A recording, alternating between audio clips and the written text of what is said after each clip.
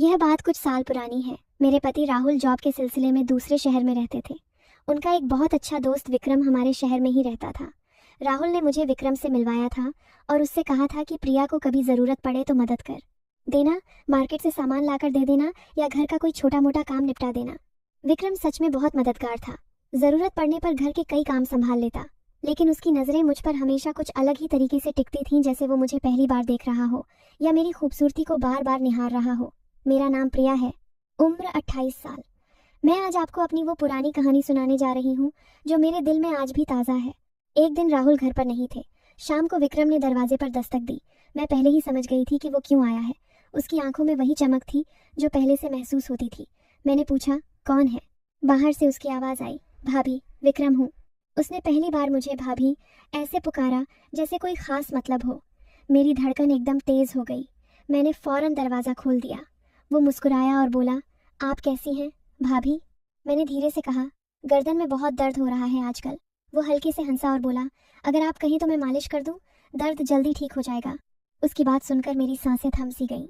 मैं जानती थी वो सिर्फ मालिश की बात नहीं कर रहा, लेकिन मेरे मन में भी वही आकर्षण था। मैं चुपचाप सर हिला दी। वो अंदर आया। मैं बेड पर लेट गई। उसने हाथ रगड़कर गर्म किए और मेरे पास बैठ गया। उसका शरीर मेरे इतने करीब था कि मैं उसकी सांसें महसूस कर रही थी। जैसे ही उसने मेरी गर्दन पर हाथ रखा और हल्के हल्के मालिश शुरू की, मेरी सांसें तेज हो गईं। उसकी उंगलियां इतनी नरम और गर्म थीं कि स्पर्श सीधे दिल तक पहुंच रहा था। कभी हल्का दबाव, कभी ज्यादा। मैंने आंखें बंद कर ली और होंठ काटने लगी। विक्रम धीरे से बोला, भाभी, लगता है मालिश असर कर रही है। उसकी मुस्कान, उसकी नजरें, सब कुछ मुझे बेकाबू कर रहा था। कमरे में सिर्फ मेरी धड़कन और हमारी सांसों की आवाज़ थी। उसकी उंगलियां धीरे धीरे गर्दन से नीचे सरक रही थीं। मैंने उसके हाथ को रोकने की कोशिश की, लेकिन रोक नहीं पाई। विक्रम और करीब आया। उसने धीरे से कहा, मैं जानता हूँ आप भी यही महसूस कर रही हैं, बस एक बार कह दीजिए। मैंने उसकी आंखों में देखा, वही गहराई, वही चाहत। मैं चुप रही, सिर्फ आंखें झुका ली। उसने मुझे और पास खींच लिया। अब हमारे बीच कोई फासला नहीं था। उसकी सांसें मेरी गर्दन को छू रही थीं। मैंने धीरे से कहा, विक्रम। वो मुस्कुराया और बोला, बस भाभी, अब मैं समझ गया। कमरे की हवा गर्म हो चुकी थी। दरवाज़ा बंद था। राहुल घर पर नहीं थे। हम दोनों एक ऐसे मोड़ पर थे जहाँ से पीछे मुड़ना मुश्किल था। विक्रम ने मेरी आंखों में देखा और बोला, भाभी, आज की रात कुछ खास बन जाए।